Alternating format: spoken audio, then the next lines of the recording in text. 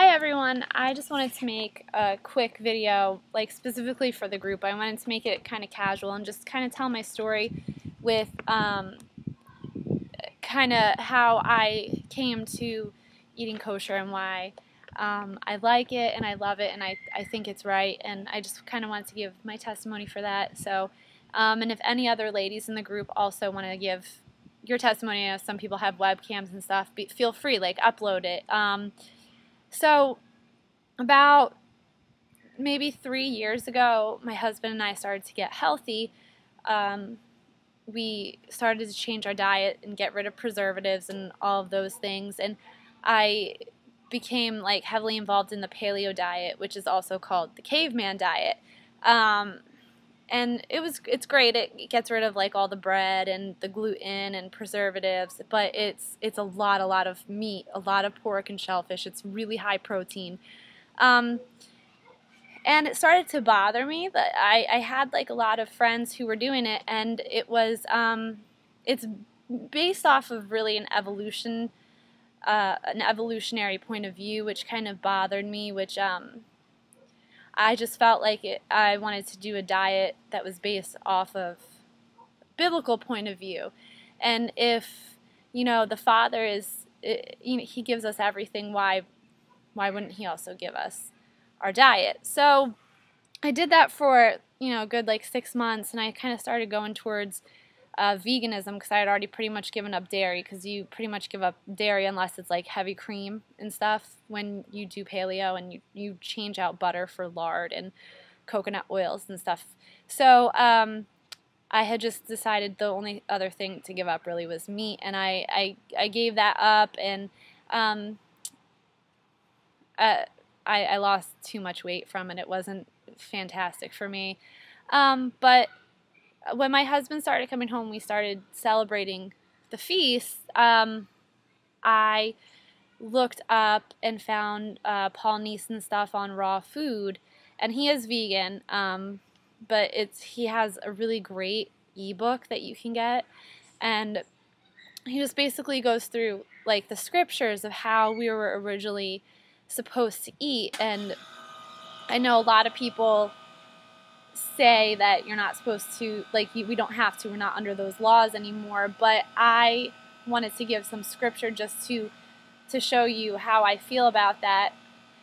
Number one, I got into kind of like I don't want to say like a debate, but kind of a Facebook debate with someone who was pretty much right on the money, talking about how I picked and choose which laws I followed and what I wanted to follow, and how can we do that, and how can we just pick those laws that are kind of convenient for us. We're very open to say that if someone is having a sexual relationship before they're married, that they're in sin, but we shun away from, oh no, we can eat shellfish now.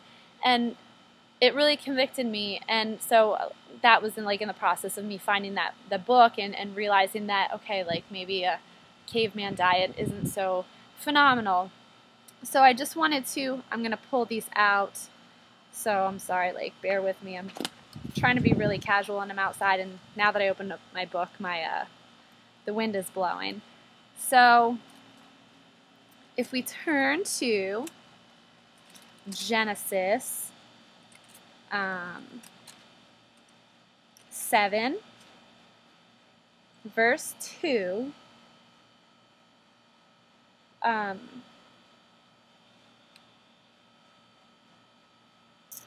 it says, this is Noah, and it says, "Take with you 7 of every kind of clean animal, and male and its mate, and 2 of every kind of unclean animal, male and its mate, and also 7 of every kind of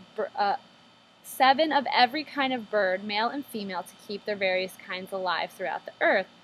So we have like this concept that people kind of ate whatever they want until the law was given on Mount Sinai, and that is just not true.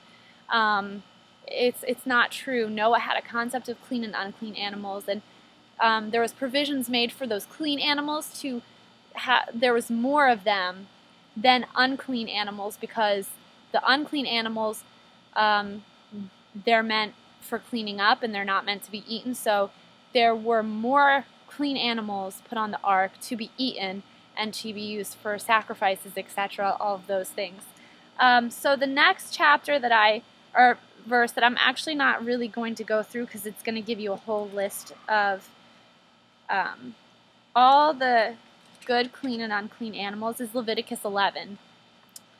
And Leviticus 11 is going to go through, Yahweh said to Moshe and Aaron, say to all the Israelites, of all the animals that live on the land, these are the ones you may eat.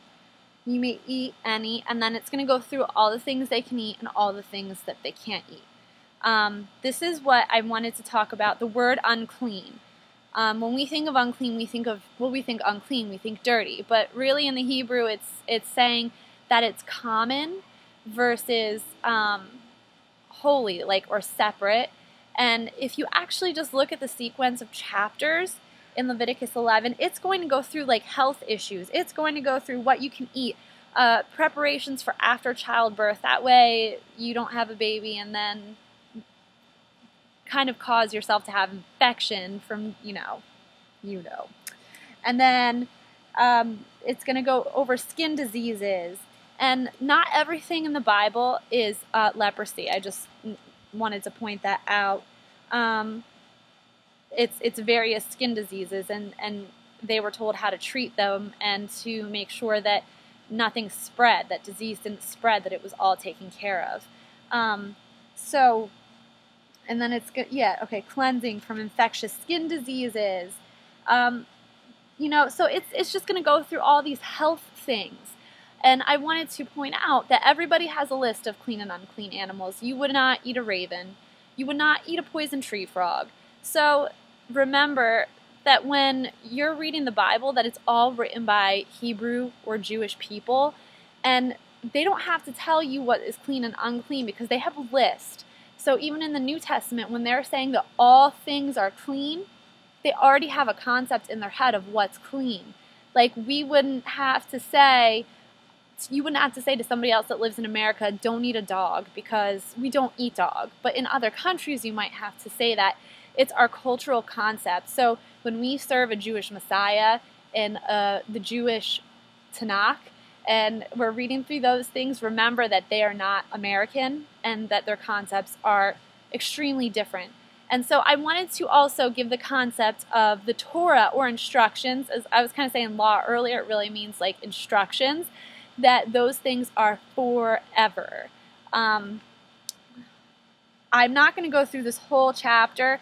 It's the longest chapter in your entire Bible. That should tell you something, and it is all about the Torah, the whole thing, is Psalms 119. So if I go to Psalms 119, I just wanted to pick out a few verses.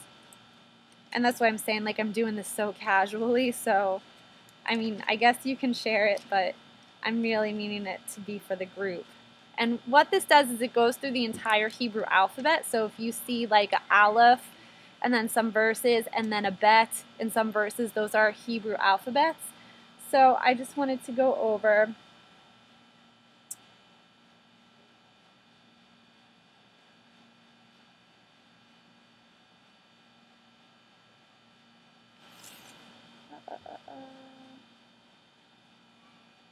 three and four. Oh, okay, sorry.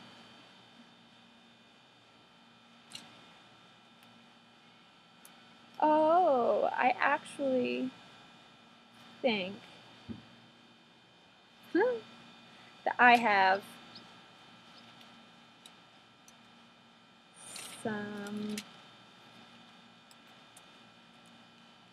verses missing in my... Something must have got ripped out. That's wonderful. Oh, no, it didn't. That's why. This is very casual. I'm just saying. Okay, so I wanted to read Psalms 119, verse 4. You have laid out your precepts, and they are fully obeyed. Oh, that my ways were steadfast in obeying your decrees. Then I would not be put to shame When I consider all your commands, I will praise you with an upright heart as I learn your righteous laws, your Torah. It says Torah there. I will obey your decrees. Do not utterly forsake me. So that's the first one. And then Psalms 119:44. And like I said, this whole chapter is about the law. I will always obey your Torah forever and ever. I will walk about in freedom, for I have sought out your precepts. I will speak of your statutes before kings and will not be put to shame, for I delight in your commands because I love them. I lift up my hands to your commands, which I love, and meditate on your decrees. So he's saying that God's law is forever. Forever there. That's not a conditional forever. That's not a maybe forever. It's forever. So, and he also says that he finds freedom in obeying those things. So find freedom in obeying the Torah and obeying instruction, because there is freedom in it. Because Yeshua, Jesus, he says that his yoke is easy and his burden is light. There is a yoke, there is a burden. That means in Hebrew thought being under him, that he's your rabbi, and being under him, that there are things you have to learn. There's things you have to do to walk in his character.